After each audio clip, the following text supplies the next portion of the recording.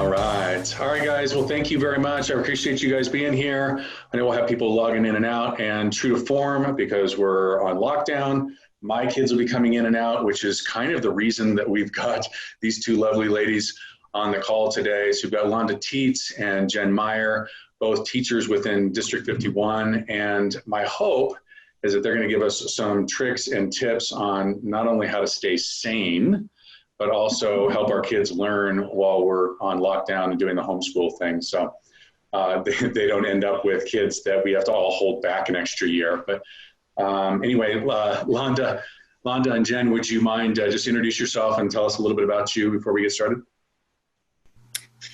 So my name's Jen Meyers. I teach 6th grade English Language Arts at Redlands Middle School. And I've been fortunate enough to have one of your kiddos, Todd, for 2 years. So we have lots of history there, and I've been in the district for 23 years now. So. And just for clarification, she didn't have him twice because he didn't make it through the first year. He liked her so much that when it came to go again, he was like, all right, I get her for 6th grade as well as 4th. Yes, and he kept moving up too. Hi, Londa. Londa Taets, and I worked for the district for 23 years as well. My husband and I moved here from the Midwest, where I was an ELA teacher. Right now, I'm a SPED literacy specialist, so I'm on many of the district-led teams and have been monitoring what all the teachers are doing this week, especially in special education. Although I'm attending many of the regular education meetings as well. We have planning teams throughout the district who have been meeting for 2 weeks straight to try to get this thing in the right direction. So the next question I have on here is understanding how much direction we should be giving them as their homeschool teachers, and how much we should just be letting them succeed and or fail so when we say, hey, listen, there's a half hour, 45 minutes, and then go let them get their wiggles out, how much of that half hour, 45 minutes should I, as a parent, be giving them direction?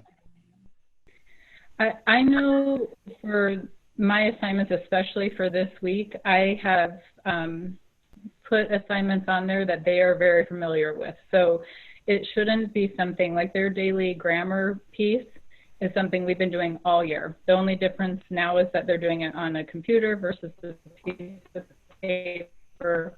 The questions are worded the same, they look the same, that kind of thing. So I've really tried to structure my assignments, and just like Londa was saying, like that rigor will up the longer we get into this. But at this point, I've tried to make them as simple as possible so that the kids are being successful as well, because I want them to have success in that and not feel like they're frustrated in that piece as well. And parents, too. I've got some reading excerpts that they're doing, and they're doing some comprehension discussion questions, but I also videotaped myself reading that. So if it's something that you guys don't need to be reading, I've already read that to them, that they can just click on that link and they can listen to me read it.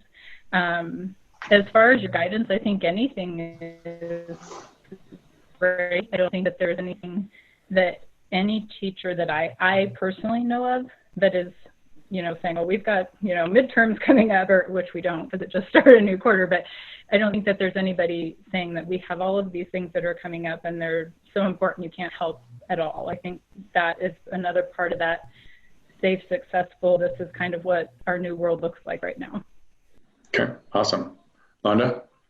I would agree with everything you just said. And I like the way, Jen, that you've scaffolded those lessons in terms of you have a read on there for students to access. All of the teachers that I've been working with are doing the same thing for their students to level the playing field, because some of the material may be a little bit out of their reach. So students have that option, which is fantastic. And again, first whack at this, if we're going to progress monitor, if something is to be done as a, what we think of as parents as a quiz or a test, I think that's going to be delivered in a different way. It might be a one-on-one session or something that's submitted that has that kind of disclaimer up at the top that, you know, we want this to be the student's work, you know, work on this on your own. I think there'll be something, you know, put in there that, you know, that the teacher has made it clear that it's for the student to do, you know, let them do it first. So I think that's. So here's a question that this kid probably is the one that actually submitted. As a parent and now homeschool teacher, what do we do for our fuse when we know that our fuse is getting short? What's the trick or tip that you can give us to, is it timeout? Is it like, what do we do to not freak out on our kids? I think you need a 10-minute break, Todd. They can put me in timeout. Yeah. Well, I won't tell them that while they're right there. You know, oh, yeah.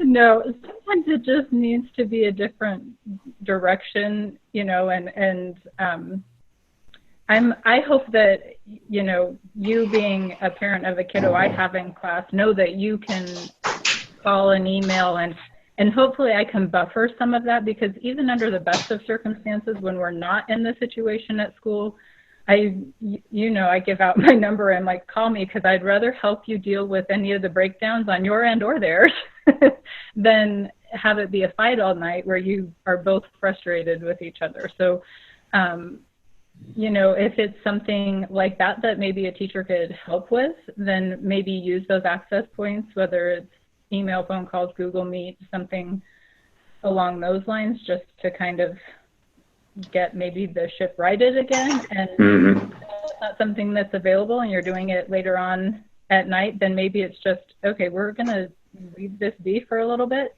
and come back to it when we're both ready to come back to it.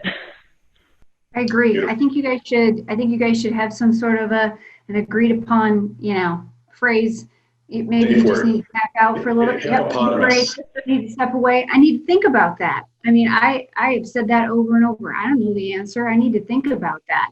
And then maybe I'm going to need to go to a resource to get the answer. I don't know. Maybe I'm just going to have to wait until my spouse is available. He's done with his go-to meeting, and I can ask him and talk to him about it. Because, you know, hopefully you have somebody to bounce things off of. Maybe it's a parent that you call, your own, you know, maybe it's grandma or an aunt or somebody that you can vent to. None of us have done this before. Parenting never came with a guidebook. So this isn't that different. We're used to, you know, troubleshooting from the hip anyway. And it's okay to be troubleshooting this from the hip. It's fine. Right. There's some people on the call or that are going to listen to this. They're going to be very disappointed that neither one of you said that wine is the go-to, but it's okay. It's all right. I get it. So we got another question here. Any indication as to what the real date we're going to go back to school is? I have not heard anything, and I'm going by the April 17th and assuming that might be a little bit longer. If I heard yesterday was April 30th, not necessarily for schools, but just for economy stuff. So I have no clue. I'm going on the April 17th thing we were told. So I'm going to go with that date. I'm going to go with that too. Beautiful. You guys are going to run for politics here soon. All right. So let's see. Oh yeah. Jumping on the trampoline. I love that. Right? Get the wiggles out. And by the way, I mean, I only have boys, so I'm just assuming, but I talk to my friends that have girls and their experience is very, very different. So our kids have got to run. Yeah. And one thing that they had just said about jumping on the trampoline reminded me, as I know we've done top 20 at school, which is like, how do you stay in that top 20 where you're having a really good day, and how, if you're below that 80%, how do you get back into that top 20 if you're kind of having a bad day? And that's one of the things that I did put on my advisory lessons for this week was, okay, what trampoline are you using? And it's funny because they use that exact term, was what trampoline are you using? Is it, I need a break and I want to listen to music? Some kids said that they actually did jump on a trampoline. Some kids say they, you know, play with their dogs. Some kids read a book. That's their thing. But we've had lessons based around that. And I know all of my advisory kids had sticky notes in their lockers with their top 3 things. Just a reminder, if I'm having a tough day, what can I do? And so that was something that I did put on my advisory lessons for this week, is which trampolines are you using to kind of do that? So yeah, jumping on a trampoline, playing with pets, running around. You guys have a big backyard there. So. Well, at least we can throw them over the fence and they can go play a Wingate, right? Right, exactly. No, I mean, it makes a difference. No, like I'm sore because I've been running after these kids or trying to get their wiggles out. So I get it. Well, listen, I know we're running out of time. We have 3 minutes here. Do you all have any special tricks or tips that you want to give to us? I have a couple. If you can, there are a lot of things that you can't teach in school that we don't have time to teach. I would challenge you during this time to actually include some life lessons. So, we don't have like a traditional home ec anymore in middle school. I remember when Redlands had that classroom. We don't have that anymore. So do some cooking. Talk about some of the topics. You can Google this. What I didn't learn in school kind of list. There's like a list of 15 or 20 topics out there. And pick some of those out, because even if you're feeling like a miserable homeschool teacher, you have all of that other knowledge outside. I mean, you could be talking about, professional development or real estate or, a variety of business things, Todd. And so can everybody else. Maybe we talk about mental health, and we talk about being aware of ourselves. Whatever your particular interests are, reach out to those and do make those. We're all having scheduled, hopefully, we're all having scheduled dining opportunities now together at the table again. So make those teachable moments, and that can be your big lesson plan for the day. Let the teacher do the rest. And I love Jen's idea of rating things and having your big 3. So rate your day. Was it, for the little kids, a smaller scale might be necessary. Was it, I didn't like my day at all, it was a frowny face, or I loved my day, and then being able to support, that with details. Why did I choose that? So a couple of different things to do at the dinner table. I'd say that make that your focus as a parent. That's awesome. I love that. That's so good. Yeah, Jen, any additional gold you want to throw at us? I absolutely agree with that. And in fact, one of the things the kids hear me talk about a lot in class is those human interactions and connections with people, because I don't have my grandparents anymore. And I keep telling them, I'm like, we lose that generation. And one of my assignments, not next week, but the week after, is going to be to interview a grandparent or an aunt and uncle, depending on, who's still living. But just interviewing them, because we're all stuck in our houses. And so it's a great opportunity to truly get to know. I don't want all of my assignments to just be screen time.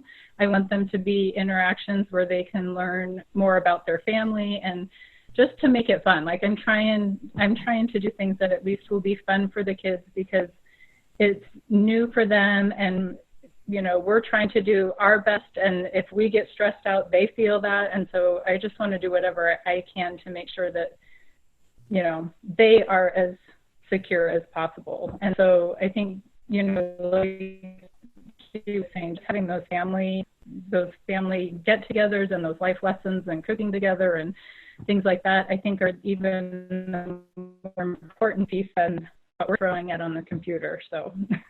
I love it. One of the things that we've been talking about, and I can hear it from you all, is the idea that we as parents have to have a completely different mindset about this. That grace is so important, especially as we have these meetings. I see it. We do meetings like this all day long right now that we're all in different places, and just you can see the stress on someone's face as their kids are making noise or the dog's barking or what have you, and just be able to say, okay, let's reframe this. Let's change our mindset. This is okay. We're going to be interrupted. It's all right. In fact, it's not only all right, but it's actually a gift. The connections and that you have the opportunity to make with your family in times like this, most people never ever get. I mean, I know we have somebody on right now that has done homeschooling for their kids, and their experience and their connection with their kids was very, very different than probably mine growing up and our kids. So making sure that we put ourselves in a place where this is a great opportunity to help our kids connect with us, learn some things that are outside maybe the typical education, but also taking some of that personal responsibility. They lean so heavily on you and the school and frankly their parents to make sure that things are getting done. This is a great opportunity for them to learn personal responsibility. So love, love, love. I think everybody heard that we are not alone. There are a tremendous amount of resources. The teachers are amazing. They understand that they're building the plane as we're flying out, which I love that analogy. And I think everybody would agree that when this is all said and done, there is going to be a new initiative to make sure that teachers get a raise. Well, we'll second that, so. I mean, a big raise, like, this is crazy. Well, we appreciate Todd, but we would all do it for free, wouldn't we, Jen? I know you would, and that's what makes you all so amazing. And really, it's times like these where we're really forced to have more engagement with our teachers, that we really get to know you and your hearts. And God bless you. Thank you for all that you do, and thank you for being here on this call. I know this is going to help a lot of people out.